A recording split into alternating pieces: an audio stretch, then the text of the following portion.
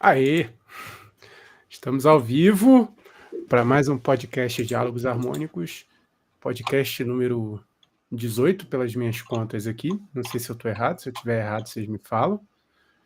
Quem está com a cara de confuso, não sei se deu dando alguma zebra aí, mas se estiver tudo bem, beleza. Bom, o tema de hoje, por que você não deve desistir da música? Senão ela desiste de você. Não deve desistir, senão ela desiste de você.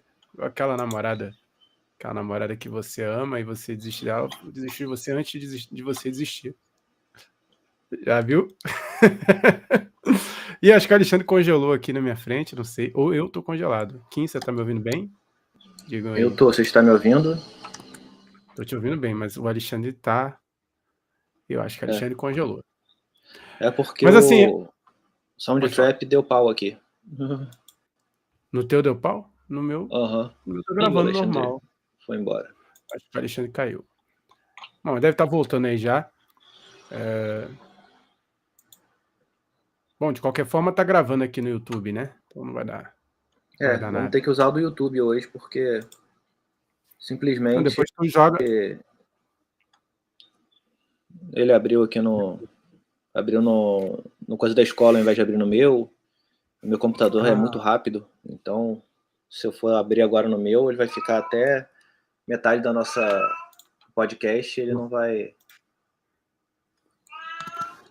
Bom, mas o que motivou eu trazer esse tema aqui para nossa live, porque você não deve desistir da música, é que eu recebo muito... É sério, muita gente entra em contato comigo falando assim: Rafael, eu quero voltar a estudar música, estudar piano, estudar canto, estudar seja lá o que for, teoria musical, mas eu larguei a música há muito tempo e acho, será que eu vou ter que começar do zero de novo? Será que eu vou ter que começar tudo de novo? E a verdade, assim, que eu penso cara, nunca é do zero, zero. Tem gente que acha que tem que começar do zero, zero, não é. É uma jornada sempre para frente. Mas, assim... É como andar de bicicleta, né? Assim, por mais que você passe anos sem andar e você não tenha aquele equilíbrio todo, você não desaprende a andar de bicicleta. Você volta, vai ter, assim, aquela dor de tipo, eu tocava aquilo muito bem, agora eu tô tocando mal. Mas não é do zero absoluto. A memória... Tem a memória muscular, né? A memória muscular, ela é uma memória que, de certa forma, ela é difícil de aprender, mas ela é difícil de esquecer. O Alexandre voltou aí. Fala, Alexandre. Fala, Alexandre. Deu ruim aí, problemas técnicos. Acontece. Sempre. Mas eu tava falando aqui com o Kim, que o que motivou essa live é que muita gente entra em contato comigo falando assim: Rafael, eu desisti da música há muito tempo, desisti de estudar música e agora eu tô querendo voltar. E muita gente acha que isso é voltar do zero absoluto. Mas não é um zero absoluto, porque muita coisa a gente vai resgatando. Zero absoluto também é conhecido como menos 273 graus centígrados. É o que tá acontecendo nessa onda de frio aí. Eu acho que eu senti isso aqui. Então, mas essa ideia de a memória muscular, né? Eu estava falando sobre a memória muscular. Ela, para quem toca instrumento, ela é uma coisa que ela demora a desaprender. Não, então, assim, ela demora a aprender. Se a gente aprender errado, é ruim também, porque ela demora a desaprender o errado e aprender o certo. Mas, ao mesmo tempo, se você aprendeu alguma coisa, ela também demora a desaprender. Eu tive uma aluna e ela falou assim, ela fez todo o curso técnico de piano na Escola de Música Vila Lobos, se eu não me engano, no Rio de Janeiro, que é um curso técnico. E ela fez medicina depois, estudou medicina durante muitos anos e parou de estudar piano, exerceu a profissão de médica durante muitos anos sem tocar piano e depois se aposentou e resolveu voltar. Em 6 meses ou há 1 ano, ela já estava tocando as sonatas que ela tocava no ensino técnico e ela demorou... O ensino técnico demora algo em torno de 3 a 4 anos. Ela demorou anos para fazer. Então, em pouco tempo, com a metodologia boa para ensino de piano e tal, a gente reativou essa memória nela e toda a técnica pianística que ela achou que não tinha como recuperar voltou como uma lembrança da memória motora dela e ela conseguiu realizar esse repertório, que normalmente demora muito mais tempo para fazer, em pouquíssimo tempo. Então, tipo assim, não é uma comprovação absoluta, mas prova aqui o nosso ponto de que, por mais que você fique sem estudar durante muito tempo música, você pode até não vir com a mesma performance que você tinha antes. Essa performance pode te dar até saudade, mas você não está reiniciando do zero absoluto. Aí, Alexandre, que já deu muitas aulas de violão durante a vida aí, já passou por alguma situação parecida? Como é que foi com você aí na sua experiência? Já sim, Rafa. Acho que todos nós, né? A gente sempre tem aquele aluno que começa a fazer aula. Às vezes pode nem ser o caso de fazer aula com a gente, né? Mas também muitas vezes com a gente mesmo. Faz aula e eventualmente passa por algum momento da vida que não pode continuar nessas aulas. Para, às vezes por um ano, por alguns meses, às vezes até mais de um ano. Mas eventualmente resolve voltar. Porque sente falta mesmo, né? Bem difícil. Quando a gente gosta muito de uma atividade, quando a gente tem um hobby, alguma coisa, é muito difícil a gente abandonar de vez, né? Quando é algo assim que a gente gosta. Eu tenho isso, por exemplo, com o Taekwondo. Tô há muitos e muitos anos sem treinar, mas eu sempre tenho uma vontade de voltar. E assim que possível, eu voltarei. O Rafael tem com Jiu-Jitsu também, né, Rafael? Então são atividades que a gente eventualmente sente falta. Comi ontem. Com o quê? Pizza? Comer pizza, Você é taekwondo, ele é com jiu-jitsu, eu sou com comer pizza. Entendi. Mas aí são meus hobbies, né? O cara que tem hobby de pizza é o quê? Pizzeiro? Comedor de pizza? Eu não sei, eu acho que é uma tartaruga ninja, né? Não, tá vendo? Já é uma arte marcial, então. Já tá tudo invertido. Tartaruga ninja sou eu, que é o Rafael, e o Kim deveria ser o lutador de taekwondo, que é o nome de... Vamos chamar de Donatello. Quanto estereótipo, meu Deus do céu. Mas, enfim, é difícil a gente largar uma atividade que a gente gosta muito, largar de vez, né? E, como o Rafael falou, é bem comum quando o aluno volta, às vezes ele sente essa coisa de que, poxa, vou ter que recomeçar tudo do zero, mas não é, nunca é. Tudo que você estudou, tudo que o aluno estudou, vai ser reaproveitado. A lembrança, eu acho que pegar alguns gatilhos e resgatar a lembrança é uma coisa muito mais fácil do que construir algo do zero, sem dúvida nenhuma em relação a isso. É legal que você tocou num ponto que eu ia falar, que é o das artes marciais, ou dos esportes em geral. Por exemplo, no jiu-jitsu, o jiu-jitsu exige muita explosão. O taekwondo também, tem que ter explosão pra caraca, e aquilo cansa, né? Tipo, você fica... Você perde o ar, né? Você dá teto preto, dá vontade de desmaiar e tal. É um gasto de energia de explosão, né? E aí o pessoal, quando volta, fala assim, pô, já tô sem gás, entende? Para recuperar o gás é horrível. Na música tem um pouco esse negócio também de recuperar o gás, porque para você ter gás, você vai ter que ter a rotina de treinos e demora 2 semanas, um mês, é rápido para você voltar a pegar o gás. Mas é um sofrimentozinho que tem. E que a música também oferece, né? Claro que não oferece de ordem física, do tipo, você não fica querendo morrer, mas você fica frustrado e chateado porque a mão na verdade, não te muitas respeita. vezes inclusive de forma física, né? Porque você tem, assim, muitas vezes o intelectual você não perdeu. Você sabe que muitas vezes aquela escala, aquele arpejo é feito de determinada forma, só que você fala para o seu...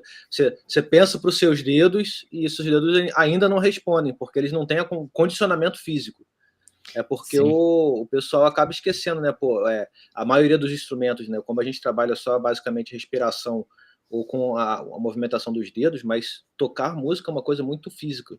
É só você traduz qualquer instrumento, pensa no baterista, você vai entender como um exercício físico você tocar um instrumento. É que a diferença é que o baterista ali está com o corpo inteiro, mas qualquer instrumento você vai estar mexendo no instrumentos de corda, instrumentos de teclas, tipo, a gente vai estar com o dedo ali. Não é à toa que, se você não se cuidar, você dá uma tendinite forte, tipo, na palma da mão, como eu já tive. Quando você está treinando, você sente aquela tendinite aqui, assim, quando você faz muita pestana. Às vezes você sente esse músculo aqui. Só você ver que não é... É só você reparar que é um exercício físico, quando você exagera, você sente. Por exemplo, no nosso caso, que é guitarra, que é, eu tô com a mão na frente da minha cara, que é guitarra, violão, você sente muito principalmente esse aqui, né, na pestana, e você, se bobear, você sente até aqui no cotovelo, se você treinar demais, que aí eu posso estar falando uma besteira, se alguém aí é de educação física ou de medicina pode puxar minha orelha, mas assim, quando você mexe, se você reparar, se você botar a mão aqui assim, você vê que tem uma movimentação do músculo aqui também. Então, assim, é uma coisa que parece que a gente não mexe com muita coisa, mas mexe. Tem essa parte física, né? O pessoal de estilos mais extremos, estilo metal, assim, que tem muita gente que costuma encarar como um exercício físico mesmo, porque eles prezam a velocidade. Então, assim, tem essa questão física também, que não é exercício físico, mas é. Só abrir esse parênteses aqui, porque eu acho interessante a gente pensar nisso dessa forma. Pelo menos para mim, me ajudou a pensar melhor a forma de estudar técnica quando eu comecei a pensar assim, encarar também como um exercício físico. Tem um outro detalhe que a gente relacionando com o exercício físico que me parece similar na música, que é o seguinte, lembrando aqui futebol, né, eu tive, é uma outra atividade que eu gosto muito de praticar, jogar futebol, e durante a pandemia, obviamente, não deu para jogar, então foram quase 2 anos afastados, né, só realmente voltei a jogar depois, completamente vacinado, depois que a taxa de transmissão diminuiu no nível muito baixo, eu falei, vou voltar a brincar. Cara, assim, tem aquelas situações onde você sabe o que você tem que fazer, você quer fazer o movimento, mas o teu corpo, ele não consegue. Às vezes, você segura a bola e fala, poxa, eu quero, né, dar um passe ali, ou eu quero driblar assim, e o teu corpo, ele simplesmente não obedece. Você sabe o que você tem que fazer, mas você não consegue fazer. E música não é muito diferente disso. Às vezes a gente tocava uma música e quando vai voltar, poxa, não estou conseguindo tocar. Você sabe o que você precisa fazer, você conhece o movimento. Você já praticou aquilo, mas você não consegue realizar esse movimento da mesma maneira que você realizava antes. Então, tem um período em que você vai ter que fazer aquela prática novamente, treinar um pouco, mas é sempre mais fácil você construir a partir do que você já construiu antigamente, né? Você reconstruir, você refazer algo que já existe, do que você ter que fazer do zero. Né? Então, voltar a jogar futebol, voltar a tocar um instrumento, é mais fácil do que você simplesmente chegar e falar, olha, tô ali no zero. Então, quem fala, vou ter que voltar do zero, é claramente um exagero, né? Com certeza. Mas sobre o que eu tava dizendo em relação ao jiu-jitsu, taekwondo, é aquele cansaço mesmo que dá vontade, que parece que a gente vai desmaiar. Isso, não sei se já aconteceu com vocês com música. Pode ser que já aconteceu comigo. De repente, para um baterista, né? Como o Kim falou, de repente, para um baterista pode acontecer. Não, já aconteceu comigo uma vez na Catedral da Sé, num concerto, cantando no coral. Naquele dia do Rio de Janeiro, 46 graus, aquele dia bonito que faz, sabe, no Rio, que frita. Então, a igreja, a catedral, é lá na Praça 15, né? Ela não tem tratamento nenhum climático. Não pode ter ar-condicionado, senão estraga a arquitetura, não tem nada, só vai com calor infernal. E aí, ali eu passei mal. Eu parei de cantar, virei, sentei, e tinha um praticável, né? É onde os cantores ficam, a gente se chama praticável, para quem está assistindo aí. E aí, por um acaso, o praticável estava na frente do altar. E aí tinha um espacinho entre o altar e o praticável que deu para eu sentar ali. E foi igual a torre, né? Descendo, né? O cara gigante descendo ali e tentando. Porque se eu caísse, ia ser. Eu realmente comecei a dar teto preto. Mas aí era o calor insuportável, todo mundo ali amontoado, né? Os cantores amontoados e cantando, que é um exercício físico também. Esse foi o mais próximo do que eu já senti relacionado às artes marciais, que é aquela sensação de que você vai desmaiar a qualquer momento se você continuar ali. Eu imagino que exista casos desse tipo, né? Sei lá, você está tocando num palco ao ar livre, muito quente, né? Pode acontecer também. Enfim, há situações desse tipo, eu acho. História do Steve Vai, né? Do jejum. Você está em jejum e ter que fazer isso acontece. Mas o Alexandre tocou num assunto bem legal, que é a educação física, né? O Kim também falou. Eu acho que a educação física ela tem muito a contribuir com a música e eu acho que ainda falta alguma comunicação entre educadores físicos e músicos. Especialmente no ponto de vista... Minha câmera tá bugando pra você, não tá? Tá. Não, tá? Pra mim tá. De vez em quando aparecem uns dá uma travadinha pixelados embaixo. Tá estranho. Não sei por que ela faz isso não, mas vamos seguir. Se Deus quiser, a gente termina essa live. Essa live não, esse podcast.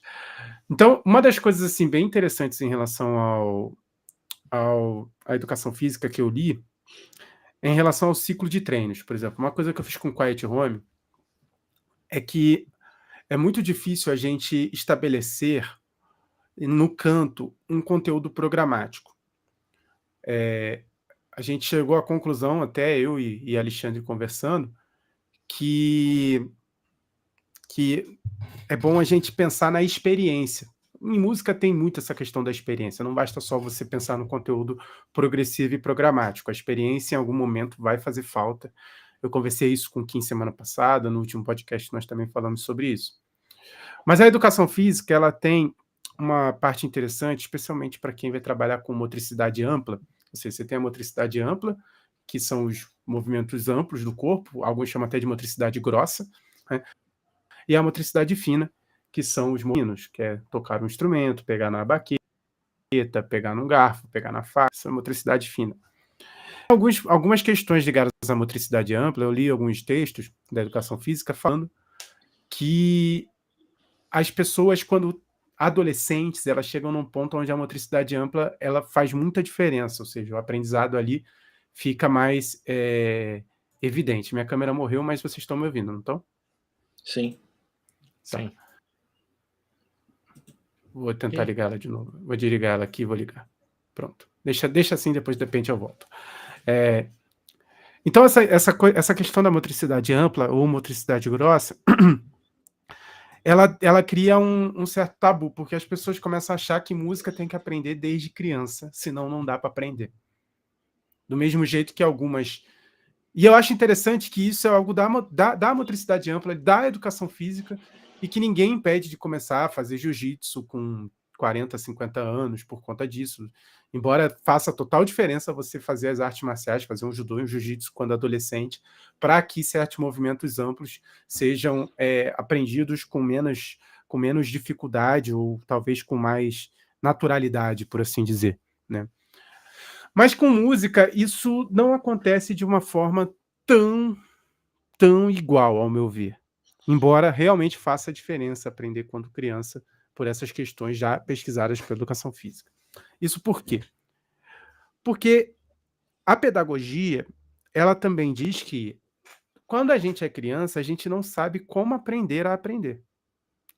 Ou seja, se o Alexandre quer aprender alguma questão ligada a arranjo vocal, por mais que ele não cante em coro, ele pode comprar um livro de arranjo vocal, aprender aquilo, ele mesmo cantar e tal, e fazer os arranjos vocais dele, como ele já fez vários para mim, né? Isso não impede ele que ele tenha esse conhecimento. Por quê? Porque ele sabe aprender aquilo. Isso é uma habilidade que ele adquiriu ao longo da vida. Aprendendo música, teoria musical, harmonia e tudo mais, e ouvindo também canto coral, conversando, mesmo não tendo a prática direta com um grupo coral especificamente durante um longo tempo, né?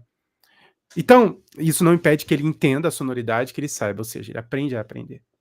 Isso é uma habilidade adquirida ao longo do tempo, a gente consegue ter isso. Isso faz muita diferença na música. Talvez, dependendo do caso, até mais diferença do que você ter adquirido a habilidade quando criança. Por quê? Porque você cria estratégias de estudo e torna o seu estudo mais eficiente, mais ou menos como o Kim estava falando. Você começa a criar outras estratégias de estudo que tornam eficiente.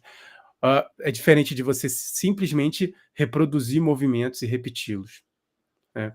Então é um certo tabu entre música e educação física que as pessoas levam sempre ao extremo, a uma polaridade extrema, do tipo, só dá para aprender quando é criança. Não, isso não é verdade. Até em muitos casos é melhor que aprenda quando adulto, e a gente tem excelentes músicos que começaram depois de 18 anos, de 20 anos, já eram adultos quando começaram a estudar música. E também tem crianças super gênios aí que apareceu, fizeram aquele vídeo do gênio de 4, 5, 6 anos tocando piano super rápido, aquele chinesinho, e depois nunca mais ninguém viu, né? Então, vocês já passaram por esse tipo de coisa? Diga aí algum de vocês dois. Para mim, essa questão, a gente acaba esbarrando em outro ponto, né, Rafa? Porque é a questão de... É óbvio que tem um grande treinamento, mas também um talento, né? Uma pessoa que tem uma facilidade anormal, tipo essa criança que você falou, uma criança às vezes de 5 anos, 6 anos fazendo uma coisa espetacular, mas a relação entre isso e a vocação, né? Então, eu acho que quem tá ouvindo a gente, saiba que, cara, o querer é o principal. Nada vai substituir a tua vontade de querer fazer alguma coisa. Quer estudar música? Gente, estude. Ah, poxa, eu toco um instrumento, eu queria aprender outro. Cara, vai lá e aprende, então. Você tem essa vontade? Faz. Poxa, parei de tocar, queria voltar. Então volta. Em primeiro lugar, as pessoas elas evoluem em velocidades diferentes, elas têm tempos diferentes. Então, essa coisa de, às vezes, a gente se comparar com uma pessoa que toca mais, que toca menos, também é uma outra besteira. Mas o principal é dar esse passo, né? Voltar a tocar, voltar a praticar. Inclusive, a vontade, ela supera o famoso dom, né? Porque tem gente que, o pessoal que... Outro dia eu li num livro que até fazia uma diferenciação interessante, né? Que ele falava que o dom é aquela facilidade inata. Quanto ao talento, é o talento que é lapidado devido ao treino. Então, assim, todo mundo que a gente considera talentoso, se você for reparar para ver, nas diversas áreas, esse talento, ele amadureceu devido a horas e horas e horas de treino naquela determinada coisa. E muitas vezes você vê que às vezes alguém que você vê que tem o dom, que seria, no caso, traduzindo de forma um pouco mais científica, talvez, seria a questão de ter uma inteligência musical, por exemplo, mais aflorada, mas aquela pessoa, ela simplesmente não se esforça. Ela meio que é muito fácil para mim, mas ao mesmo tempo ela encara como uma coisa mais leviana. Então, assim, a galera que tem vontade ali, que senta, estuda e mete a cara, às vezes eles chegam muito mais longe do que alguém que lá no começo, de repente, começou com um amigo, que o amigo... Aquela famosa história que eu acho que todo mundo aqui que já deu aula em dupla já deve ter visto isso, né? Começam 2 amigos, aí tem sempre assim um amigo que tem a mais facilidade musical, aí em 3 meses, dos garotos ou das garotas já está tocando 2, 3 músicas, quando o outro ainda está penando na primeira.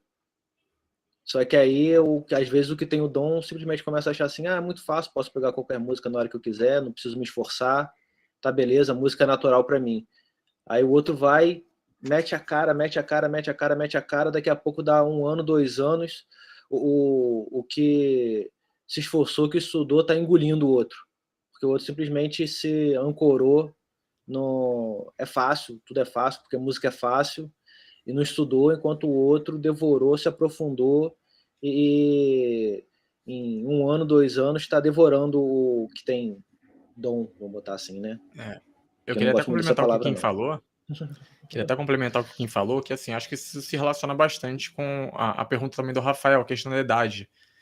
Porque às vezes a gente acha que tem que começar quando é criança. É claro que a criança, ela tá ali, ela vai ter algumas facilidades, porque ela está construindo ainda uma questão, tem toda uma questão ali cognitiva, que a criança ela vai ter uma facilidade maior para aprender diversas atividades. Mas isso não significa que seja o único momento que você pode aprender alguma coisa, né?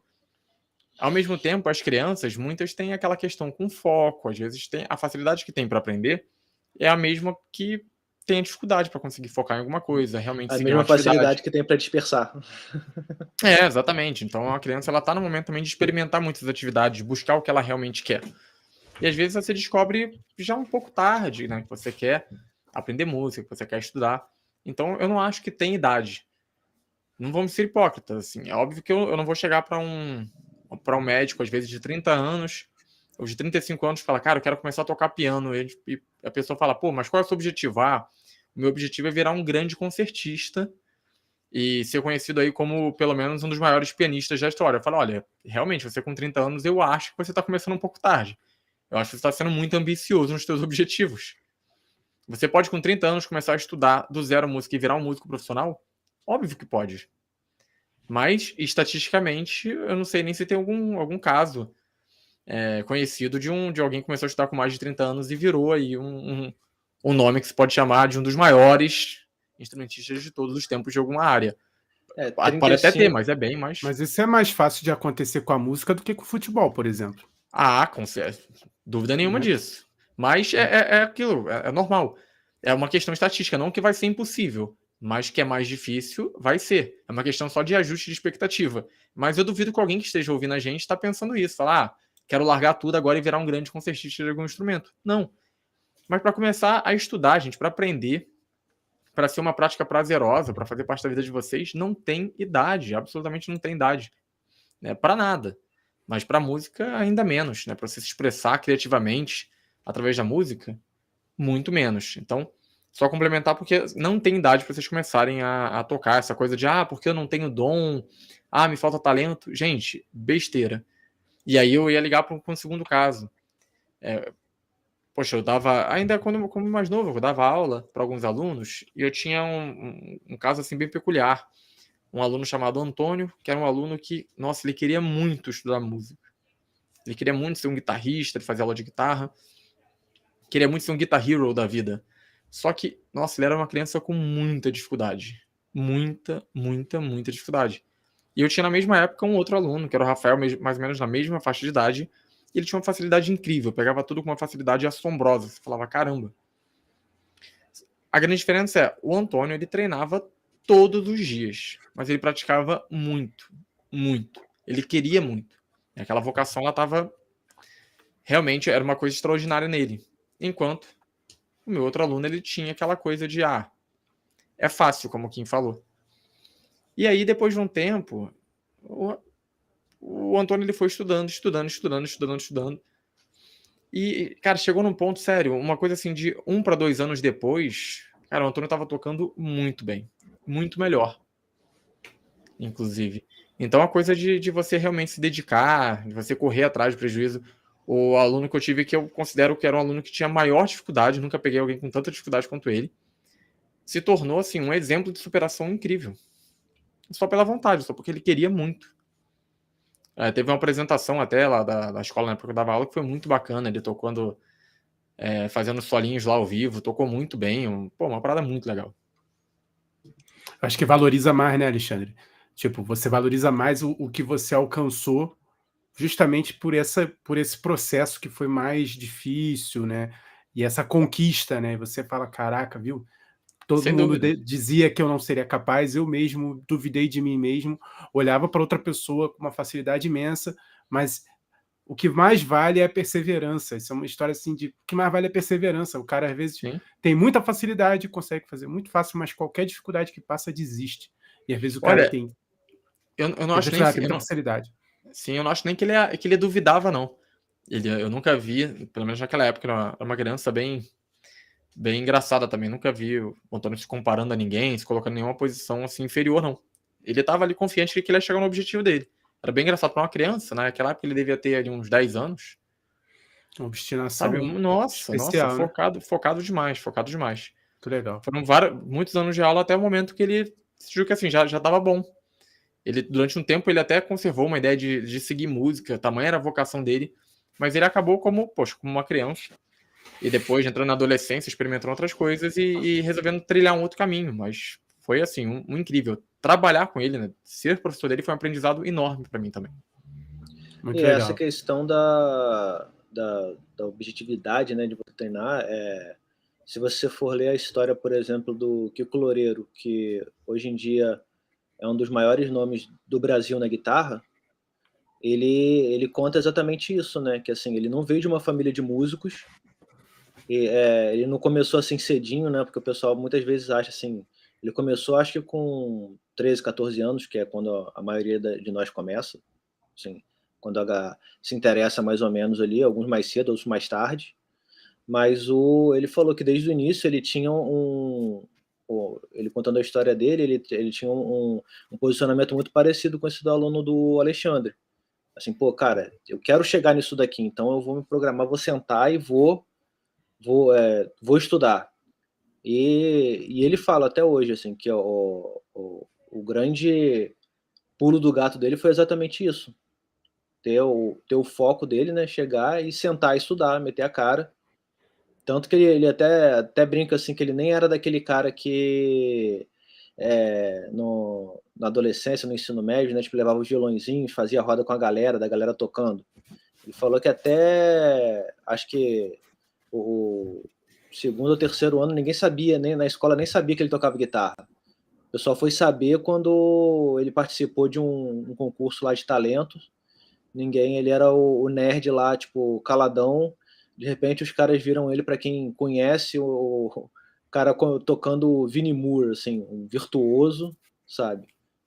Já tocando num nível alto de guitarra. E ele falou que sempre foi assim. Então, se a gente tem um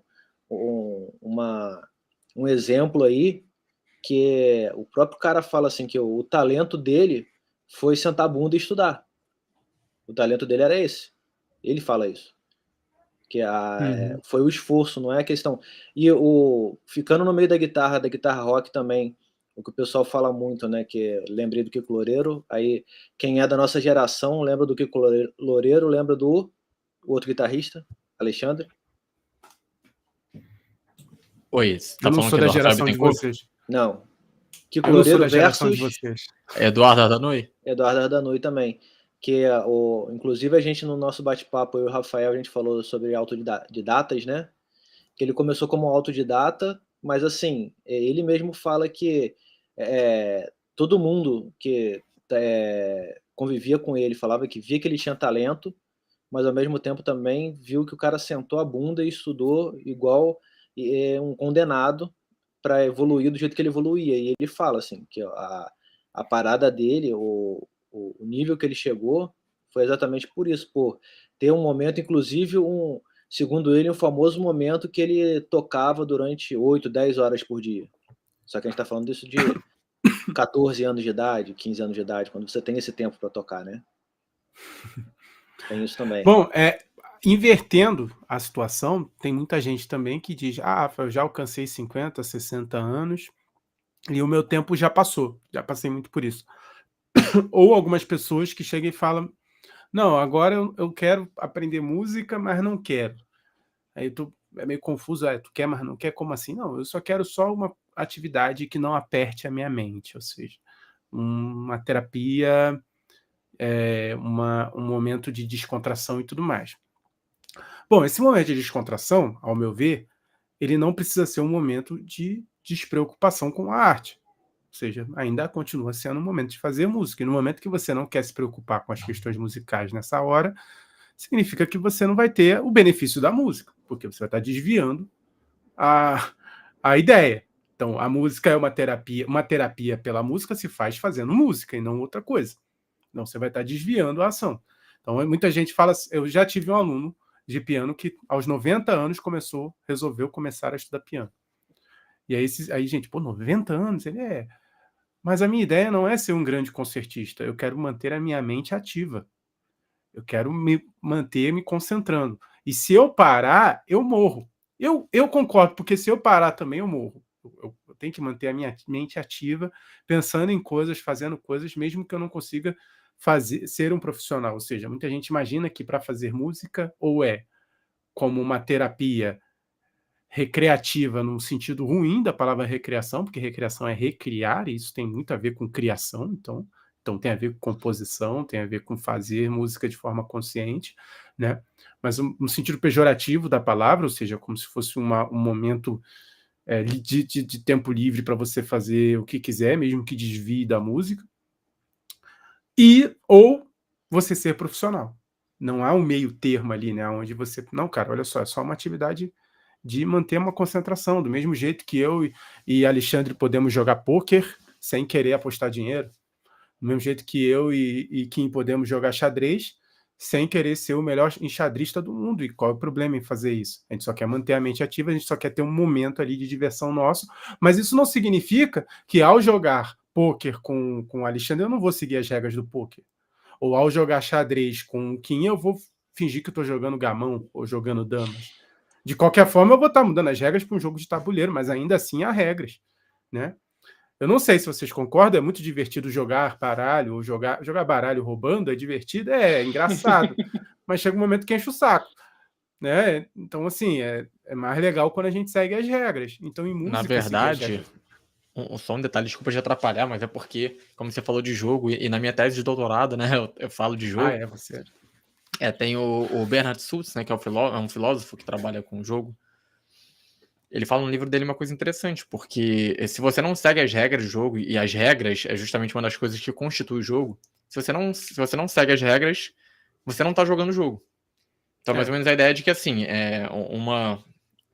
uma coisa para ilustrar essa ideia. Imagina que você vai correr aquele circuito olímpico, né, aquela volta, né, em volta de um campo.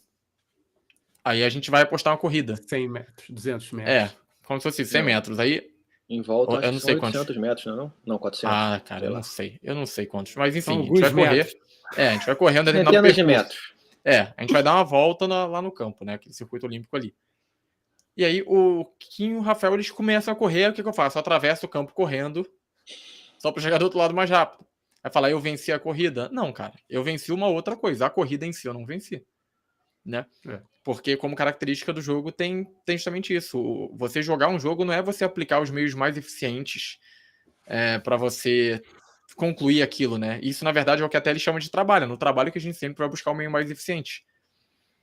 Quando a gente está jogando um jogo, a gente não vai buscar apenas o meio eficiente, o meio mais eficiente, né? A gente vai buscar isso dentro daquelas regras todas que estão envolvidas, né, no processo de jogar o jogo.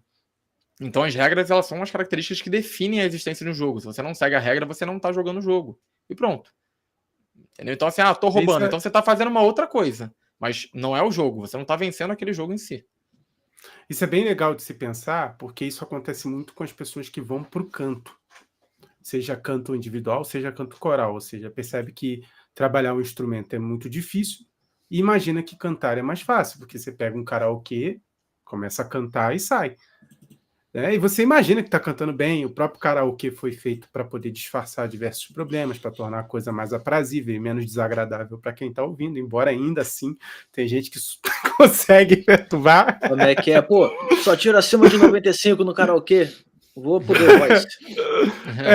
Ainda assim tem gente que consegue irritar, né?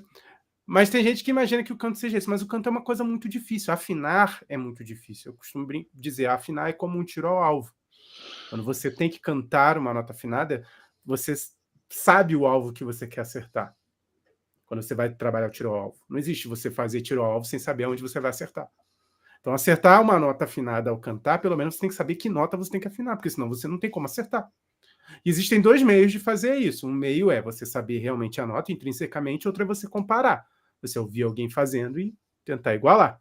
Por isso que o canto coral funciona muito para afinar, porque a pessoa está ouvindo o outro e está comparando e igualando. Então, Desculpa, conclui aí, Rafa. Pode falar. Não, pode falar. Não, é que eu ia comentar que depois eu até aproveitei para abrir aqui algumas citações que eu usei que são bem interessantes em relação a isso, né? Uma delas que é que ele fala justamente, assim, embora seja possível em uma ação técnica quebrar uma regra sem destruir o final original da ação, nos jogos o reverso parece ser o caso. Se as regras forem quebradas, o fim original torna-se impossível, já que não se pode realmente ganhar o jogo a menos que se jogue, e não se pode realmente jogar a menos que se obedeça às regras do jogo. Depois eu quero ler isso aí. Isso é uma cara. Aí tem outros pontos, né? Que é jogar um jogo é engajar-se em atividades voltadas para o surgimento de um estado específico de interesses, usando apenas os meios permitidos por regras, nas quais as regras proíbem mais eficiência em favor de meios menos eficientes. E onde tais regras são aceitas apenas porque possibilitam tal atividade. Então, sem regra, não tem nem jogo. É isso aí. Né? E aí, quando a gente... Pode falar. Vai lá. Desculpa, não, só para fechar, porque eu acho a citação final assim fantástica, que é quando ele define de fato um jogo. Ele jogar um jogo é tentar alcançar um estado de coisas específico, usando apenas meios permitidos pelas regras, onde as regras proíbem o uso do mais eficiente em favor de meios menos eficientes, e onde as regras são aceitas apenas porque possibilitam tal atividade. Também descubra a seguinte versão mais simples e, por assim dizer, mais portátil do que foi dito acima. Agora, ó, jogar um jogo é a tentativa voluntária de superar obstáculos desnecessários. Muito legal. Legal, né? Então é aquilo. Roubar não conta. Não é o jogo que a gente está jogando. Saiu um pouquinho aqui do assunto, mas... Você está criando um outro jogo do qual o desafio é roubar. Né? Você está jogando sozinho, né? Você está sozinho ali. Não, mesmo que as pessoas ali estejam disputando quem rouba mais. Aí criou uma nova regra, né? Brasil! Isso acontece. Mas assim, não vamos falar de política, não vamos falar de política. Eu não falei nada de política. Levando isso para a parte do canto, levando isso para a parte do canto, onde a falsa sensação de que você consegue participar da atividade mais fácil do que no instrumento, justamente porque o canto é inerente a gente canta naturalmente, mas a gente não tem muito discernimento para ver se está afinado, se está cantando correto ou tudo mais. O jogo poderia ser comparado a um jogo de tiro ao alvo, como você acertar uma nota, acertar um jeito de cantar, e aí você sabe o que você quer acertar. Eu posso, inclusive, não ver o alvo, mas olhar o gestual de uma pessoa e tentar copiar, é muito mais difícil. Digamos que o Alexandre está do meu lado, vai acertar o alvo, eu tento imitar ele, abraçar ele, tentar com carinho, abraçar ele por trás e tentar acertar o alvo sem olhar. Tipo assim, são coisas meio malucas, né, da gente pensar num tiro ao alvo, mas sem você saber o alvo que você quer acertar. Meio malucas e meio inapropriadas. Meio inapropriadas e tal, pra gente tentar acertar o alvo. Pelo menos em público, né? O pessoal, por exemplo, que canta em coral, acha que isso é comum e normal. Você não saber o que você precisa acertar e esperar que o maestro ou qualquer outro professor diga se você acertou ou não, e você simplesmente aceitar de boas. Isso é muito comum.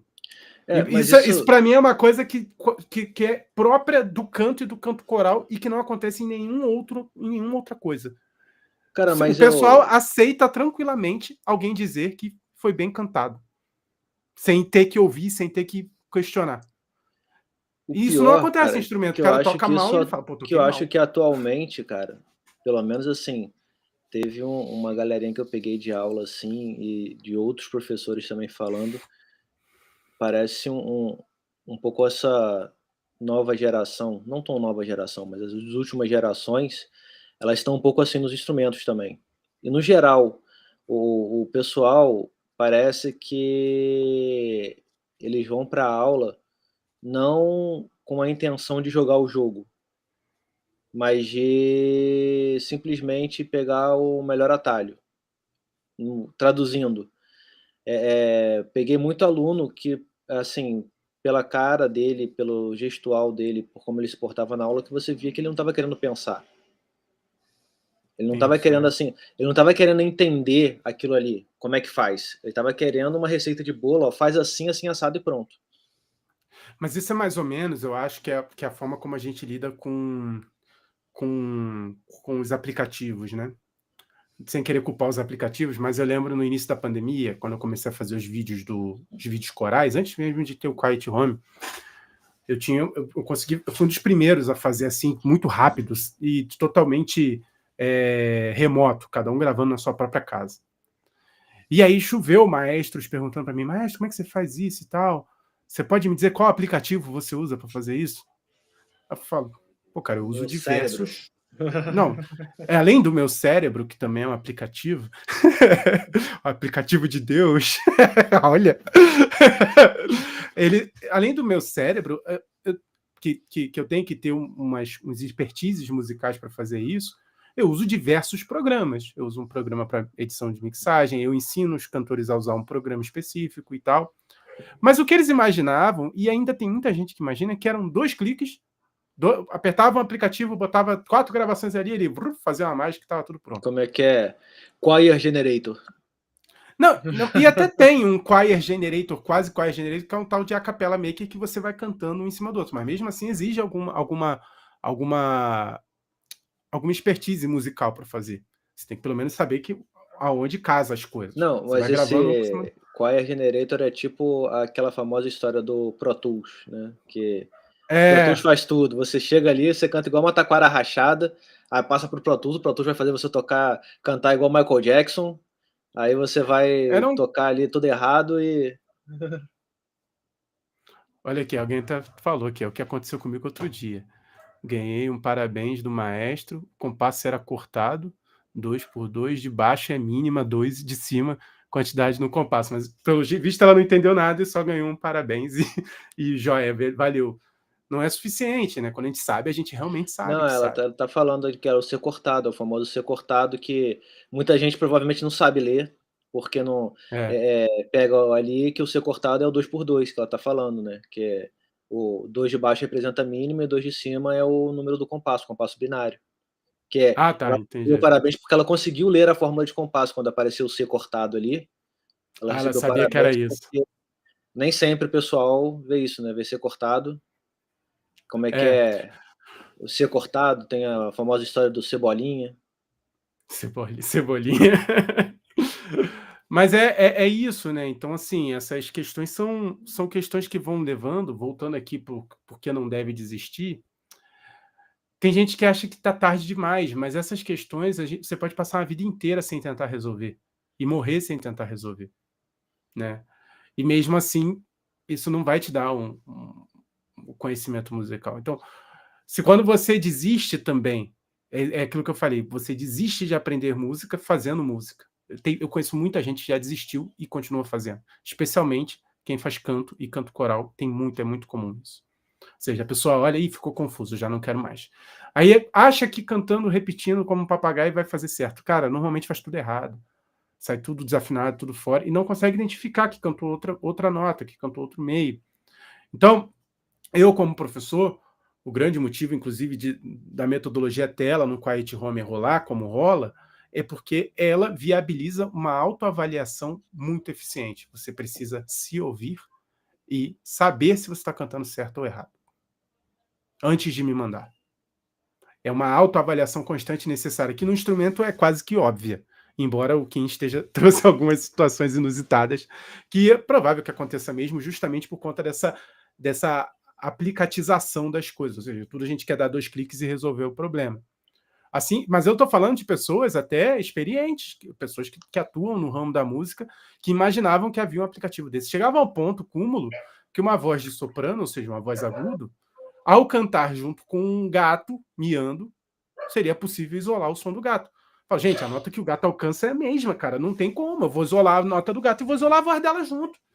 Tá na mesma faixa de frequência. Ou seja, isso não é uma questão de saber... Na verdade, era todo um plano que ela queria fazer um dueto com o gato e você não deixou, tá vendo? Isso não tem a ver com tecnologia. Tem gente que quer pensar, isso é tecnologia. Isso não é tecnologia, isso é física. Física básica do 2º grau, pô.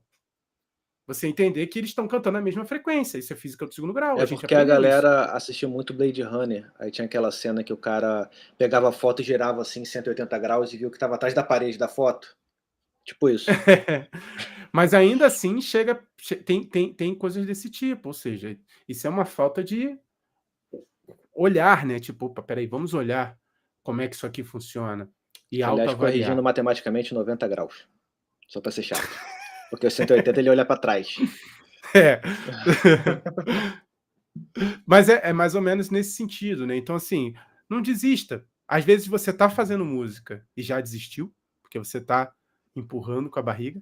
Às vezes você está pensando demais quando só falta um pontapé inicial para você deslanchar, né?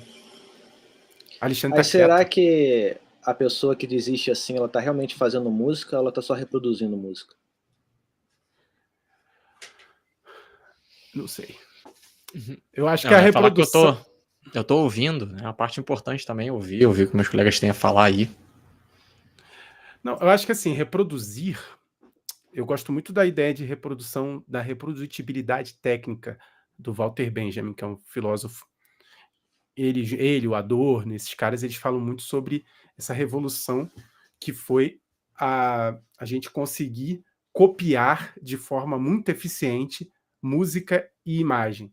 o audiovisual, né? O Benjamin, ele estava muito intrigado, quando ele escreveu esse livro, com a revolução que o cinema fez. Que era, cara, agora Uma pergunta rápida. Qual intérprete você acha mais eficiente? Aquele que copia exatamente o que um intérprete original fez, ou que ele consegue colocar uma musicalidade própria? Aquele que me toca, provavelmente vai ser o que consegue botar a musicalidade própria.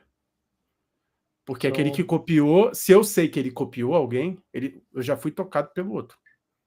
Eu só vou falar aí, tá parecido, né? Mas a função de me tocar já foi, de me chocar já foi feita por um outro cara. Porque eu acho que a música tem isso também, né? A gente falando de reprodução, eu acho que tem isso. Tem muita gente que, como é que é, ligando o modo que em ácido assim, quer fazer às vezes do MP3 player. Sabe? Se você não coloca nada de você na música, nesse sentido que eu quis falar, assim, a pessoa simplesmente reproduziu. Se você quer reproduzir, a famosa história da enxurrada de cover, de bandas tributos, essa coisa toda, assim. Tá, ok. Não fazendo juízo de valor, mas já fazendo, porque eu não curto muito, então fica meio difícil ser imparcial nesse sentido. Mas, cara, se eu quero ouvir, sei lá, o U2, eu prefiro ouvir o CD do que ouvir uma banda tributo. Uma coisa é uma banda fazer um cover de uma banda que inspirou. Outra coisa é fazer uma banda tributo, às vezes aqueles caras que, inclusive, se fantasiam dos caras, assim, sabe? Cara, assim, eu acho que é cair nesse mar de reprodutibilidade, vamos botar assim, que seria quase industrial, quando você poderia estar tendo uma relação muito mais criativa com a música. Porque para você reproduzir exatamente o que o cara fez, foi o que o Rafael falou.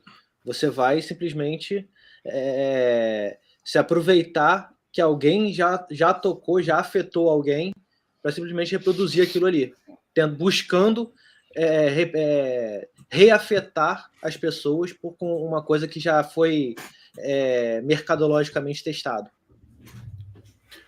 Assim, acho que assim, depende muito eu concordo, quando você é aquele ipsis literis, mas ainda tem a questão o cara pode tentar fazer uma nova versão diferente, ou botar um pouco do tempero dele. Eu acho que dá para fazer uma banda cover que não seja totalmente igual, sacou? Você fazer, mas o que eu tô falando são aquelas bandas tributos mesmo, sabe? Né? Sim, o cara tenta copiar o máximo. Que o cara compra, às vezes o cara compra o mesmo equipamento, o cara se veste com a roupa do outro, vou fazer cover do U2. Aí o guitarrista deixa crescer o cavanhaque, bota aquela touca, se veste como cara, compra a mesma guitarra, compra o mesmo pedal, o mesmo tudo, assim. Aí, cara, sei lá, assim, ele vai ficar ali com aqueles super fãs que querem reproduzir, reviver aquele momento especial, né? Acho que é muito aquela galera que realmente queria ser, né? Tipo, pô, meu sonho é ser como meu ídolo, então eu vou fazer o máximo possível para ficar igual. Dentro do contexto do jogo, é como se eles criassem as regras e botassem as regras de ser idêntico, né? Exatamente. Tentar reproduzir de forma idêntica. De certa forma, eu acho assim, meio ruim, que pode cortar a tua expressividade própria, né? Talvez se você se expressasse, seria algo novo e algo até melhor. Como acontece muito com o repertório de canto coral. Alguns cantores vêm e falam para mim assim, cara, o arranjo para coral dessa música fica melhor do que a versão original, né? Há muito isso. Então, a versão do Gil fazendo, sei lá, qualquer música de festa junina é melhor do que a do Gonzaga, ou melhor do que o Dominguinhos, né? Ou pior, o Gil fazendo reggae é melhor que o Bob Marley. Né? Mas isso tudo não é tipo, ele todo mundo que criou a gente tá outro conceito, ali, né? Tem o seu conceito, tem a sua musicalidade, imprime ali. Não é diferente do... Como é que é? Das commodities musicais, assim, né? A galera que quer fazer exatamente o do outro, assim. Como forma de estudo, eu acho isso legal. Você fazer isso como uma homenagem no meio de uma apresentação onde você está mostrando ali o seu eu musical, eu até acho válido, mas você fazer todo um projeto em torno disso, Eu acho que... Sei lá, meio que você... Isso ser é um desperdício. Assim, isso ser o meio para alguma coisa é legal. Isso ser o fim já não é, né? Acaba sendo um desperdício. É como aqui, ó, a Clabrit está falando aqui, né? Que ela é da dança, que não precisa saber a nota precisa. Precisa saber do ritmo e da melodia, mas pode se dançar nos dois modos. Então, assim, é você colocar a sua personalidade ali, né? Você ter eu acho que o principal, acho que isso, porque o ponto da musicalidade, que a gente fala aqui muito do tecnicismo, né? A gente fala das questões técnicas aqui, mas a gente tem que lembrar que a música, ela como professores, a gente sabe que ela é ciência e trata como ciência, mas ela também é arte, então ela tem isso, né? Às vezes você pode ver alguém que, pô, é um ótimo reprodutor, assim, tecnicamente falando, mas a pessoa não te afetar, não te emocionar, porque para você aquilo não diz nada. Então, a gente entra, inclusive, uma discussão famosa no meio guitarrístico, né? Que muita gente coloca em oposição a pessoa ser técnica e a pessoa ter sentimento, ter feeling. Como é que é? Feeling é o cara dar um bend, é o cara fazer um vibrato. Se o cara toca sextina, não. Sextina não tem sentimento. Sextina é uma coisa muito fria. Se for sextina a mais do que 180 BPM, então ferrou. Não tem como você ter. Então você está mais perto de uma britadeira, de uma furadeira, do que você passar sentimento. Não, é uma coisa que, obviamente, a galera da virtuose de fato passa. Mas que, ao mesmo tempo, existe algum fundamento, porque sempre quando o compositor busca algo que é mais expressivo, mais expressivo, mais sentimental, os andamentos tendem a ser uma coisa, são notas mais longas, isso também não é baseado em nada, né? Ninguém fala, eu queria uma melodia bem expressiva. Eu fazer uma melodia expressiva aqui, né? Compus a melodia expressiva, 180 BPM, um monte de fuso. Você não vai encontrar isso na composição musical, entendeu, Kim? Não vai. A grande questão é que quando isso vira, na minha opinião, vira apenas uma forma subjetiva de criticar alguém. Então, assim, você quer falar mal da pessoa e você não tem nada objetivo, você fala que ele não tem feeling. Isso é muito comum para guitarrista, tá, gente? Para quem, de repente, aqui não é da área. É a forma de você criticar alguém sem precisar diretamente criticá-lo. Você fala, não tem feeling. Mas é uma coisa completamente subjetiva. E, assim, nenhum guitarrista vai ser 100% só nota rápida. Não, com certeza. Não vai ter. Então... E quando você vê casos assim que a pessoa exagera na nota rápida, você vê que fica chato. Na própria questão de composição de solo, né? Você tem a própria questão de você criar vai aumentando uma expectativa para alcançar um ápice. Se você já começa no ápice, o único caminho que você tem é para baixo. Ou seja, se você já começa tipo no máximo que você vai dar de interessante para o seu público, o resto do seu solo vai ser chato pra caramba, porque só tende a decair, né? Então tem isso também. Mas esse negócio do feeling, a gente pode ficar aqui horas e horas debatendo isso, porque... igual também o swing, o groove, tudo isso são termos altamente subjetivos. Dá para você mensurar o tamanho do swing, se a gente julgar aquele ritmo swing, né, que a gente põe na partitura, escreve em cima swing, e lê as divisões em dois, em padrões tercinados, né, demorando um pouquinho mais na primeira divisão, mas o quanto você demora é subjetivo, né? Até o Musiscore, o editor de partitura Musiscore, dá para você dizer o quanto de swing você quer. Aí você cria um percentual para ele demorar mais ou menos na primeira nota. Mas na hora da execução, é complicado. No Quiet Home, com o pessoal, na hora que a gente vai fazer coisas em padrões swingados, é difícil, porque todo mundo tem que cantar em sincronia total, né? Então, sincronizar um swing é complicado, né? Fazer um swing sincronizado. Mesma coisa é o groove, né? A forma como você faz. Tem muito no groove, a galera usa muito aquelas linhas de baixo, esses grooves são maneiros. Aliás, groove é a versão de baixista e baterista de feeling.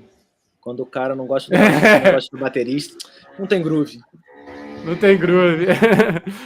São termos muito cercados de subjetividade, mas como a subjetividade, eu estava lendo um texto aliás, eu levei um texto pessoal da graduação em leitura e escrita musical, o pessoal mais avançado, é claro, que fala sobre a ausência de termos que são, do ponto de vista mais estésicos. A gente usa muito termo técnico para as coisas, mas os termos técnicos, a gente precisa de um significado construído.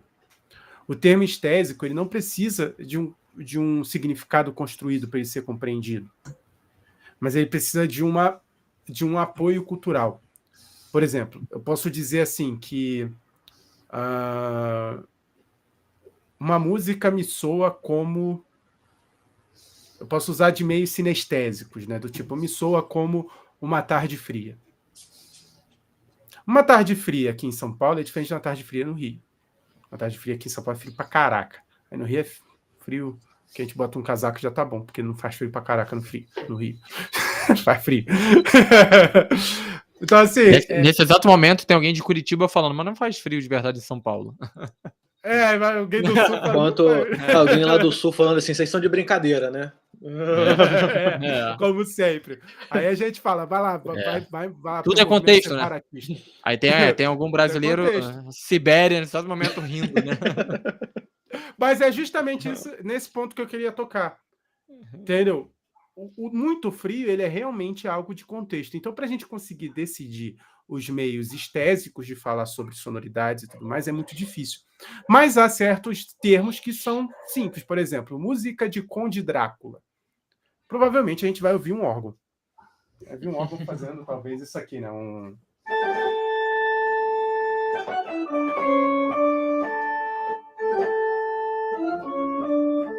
É Bach, não foi feito para o Conde Drácula, foi feito para uma igreja e tal, mas ouve esse timbre e todo mundo já pensa em vampiro. E aí se alguém fala pra gente assim, é som de vampiro, som de Conde Drácula, é muito provável que venha à mente das pessoas. Ou aquele acorde, né, o... James Bond, som de detetive, né, som de detetive, vou botar na ponta a nona aqui.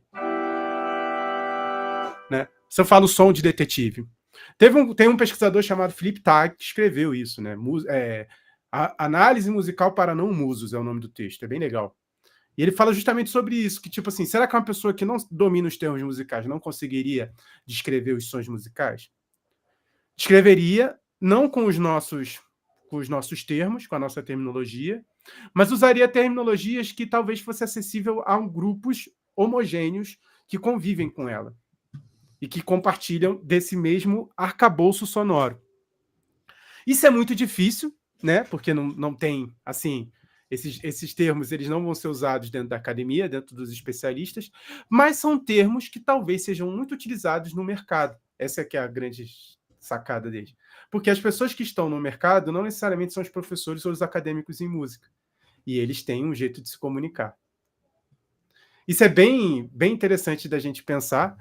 Tá fugindo do tema pra caraca. Pode ser até um tema para a semana que vem, ou seja... Mas a realidade, olha só, foi tudo friamente calculado. Olha quanta coisa interessante tem na música para você não desistir dela. É verdade. Infinidade de tema pra gente conversar, né? Viu? Foi tudo planejado aqui. Vocês acham que a gente foge do tema assim, tipo, aleatoriamente? Não, foi tudo estritamente planejado, rapaz. Você acha que a gente foge do tema assim? Sim, mas a gente finge que não. Não tem tempo certo para aprender música, essa também é verdade. Você pode aprender quando criança e usar dos artifícios de quando é criança, você vai ter benefícios e malefícios, como foco, como você não ter muito foco, não ter muitos elementos que te façam tornar uma estratégia eficiente de aprendizado, mas vai ter as questões do próprio desenvolvimento humano, que quando criança e adolescente, do ponto de vista do movimento, faz diferença. Quando adulto, a gente tem que saber equilibrar o tempo, talvez, coisas assim, né, para a gente conseguir juntar trabalho e tudo mais, mas mesmo que você estude 10 minutos por dia, 5 minutos por dia, é melhor do que nada. E quando a gente está chegando no mais idoso, não tem por que você sentar no, eu já tô velho para isso, eu já não sirvo mais para isso. Eu gosto muito de brincar com o pessoal do Quiet Home que quantos anos teria o Steve Jobs hoje em dia? Vocês sabem? Eu fiz isso com o pessoal do Quiet Home e ficaram horrorizados. O Steve Jobs teria 60 e poucos anos hoje em dia. O Bill Gates já está com 65. Então a gente consegue pensar no Bill Gates reclamando que já está muito velho para aprender alguma coisa? Ou consegue pensar no Steve Jobs, que o cara... Isso aqui é relativamente novo. O Bill Jobs botou isso aqui, devia estar com 40 e poucos. O iPhone, um formato que hoje em dia todos têm, das janelinhas. Não é só o iPhone que tem isso aqui, não.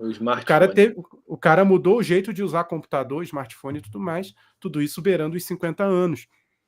Então, gente, não tem por que você ficar... Na verdade, é uma acomodação, é uma desculpa para não aprender. Às vezes até o momento de você se perguntar, será que realmente eu quero aprender música? Porque eu estou dando tanta desculpa, a desculpa é a minha idade. Isso não é desculpa, nunca foi. Né? É aquela história, não te falta tempo, te falta prioridade, né? Se você prioriza aquilo ali, porque a gente não tem tempo, mas assim, o mesmo pessoal que fala que não tem tempo, chega na outra semana e fala que maratonou série X. Ou então fala que, não perco um episódio da novela tal. Ou então, toda semana tô assistindo todos os jogos do meu time. Então, assim, você assiste todos os jogos do seu time, beleza. Todo jogo do seu time tem 15 minutos de intervalo. Você pode estudar 10. Olhei aqui. Uma coisa que eu fazia... Steve Jobs teria hoje 67 anos e o Bill Gates tem 66 anos. Desculpa, só para dar Não, a informação comentar. De vez em quando eu fazia isso. Pegava assim, vou assistir a TV. Tava querendo relaxar assistindo TV, mas às vezes eu pegava a guitarra, colocava no meu colo, ficava treinando, ficava só... Porque é aquilo da memória muscular, você vai aquecendo bem ou mal. Às vezes você não precisa estar colocando total atenção no instrumento, mas você tá repetindo, você tá ali mantendo... No mínimo, tá mantendo a forma, né? Então, às vezes faz um exercício ou outro, toca. Você vai relaxando enquanto você tá fazendo alguma outra coisa. É completamente possível. Mas é isso. Pegou 5, 10 minutinhos ali pra praticar, gente, já é alguma coisa. Novamente, ninguém precisa virar ali um concertista, um músico que vai marcar a história da humanidade. Tocar porque o ser humano precisa de música. Essa expressão criativa, né, que não é feita, obviamente, exclusivamente a partir da música. Né? Aqui a gente pode expandir isso para outras artes, mas é um podcast que busca falar de música, então vamos puxar para o lado da música. Essa expressão criativa a partir da música é uma coisa essencial para o ser humano, né? Então, gente, independentemente da idade de vocês, não deixem de começar a dar esse primeiro passo, que é o mais difícil. Esse primeiro passo é o mais difícil para quem vai voltar ou para quem vai começar. Esse primeiro passo é o mais difícil de longe, que é você virar e falar, vou fazer, vou tocar, vou começar, ou vou recomeçar. A Clabit está falando aí, aquela prova que ela fala que ela é idosa e tá aí, firme e forte, estudando. Isso aí, claro. Não desista, siga firme. Exatamente. Tem que estar com a gente. É a história de você remar contra a onda, né? Que sempre no começo vai ser mais difícil, depois que você passar a arrebentação, fica mais tranquilo. Então, assim, persistência. A diferença entre quem consegue e quem não consegue é persistência. É isso muito legal, pessoal. Enquanto houver vontade, há tempo. Essa semana ainda tem algumas atividades mais. Tem live com o... Ainda não, pô. A gente tá segunda-feira, é lógico que tem. Tá no começo da semana, pô. Tem live minha com Kim. A gente vai falar sobre arte digital lá no Instagram. Eu e Kim, segue a gente no Instagram.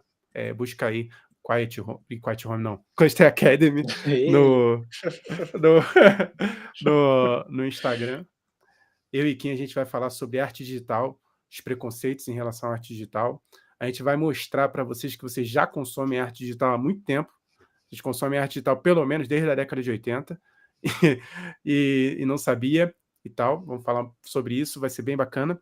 E na quinta-feira, às 16 horas, eu vou fazer um ateliê pocket mostrando como é que ficou o Broto Legal, uma música bem legal, 2 vozes, também no Instagram, esse sim, do Quiet Home.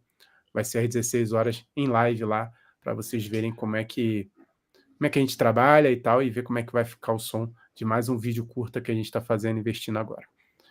Tem mais alguma coisa que eu não estou lembrando? Acho que não, acho que esses são os 2 eventos principais aí da semana. Mas se tiver outra coisa, fala aí, Kim, Alexandre. Essa semana vai ter live de harmonia, Alexandre? Eu não sei. Aí é com... Departamento de Harmonia, aí é você e o Daniel, você sendo representante do Departamento de Harmonia aqui. Estamos fechando esse calendário, a gente vai começar em breve e vamos divulgar em todos os nossos grupos. Então, vocês que não seguem a gente, também não está no nosso Instagram, nos nossos grupos do Telegram, não esqueçam de seguir a gente, que vocês vão ficar aí, né, a par de todas as nossas atividades. Olha, a Cristina falou que reabriu o teclado, tá vendo? Muito bom. Sempre é tema. Missão cumprida. Já valeu a live, já valeu aqui esse podcast. Acho que já valeu. Já valeu, já. Valeu então, pessoal. Obrigado a todos. Obrigado a todos que estão aqui com a gente. Um abraço. Valeu.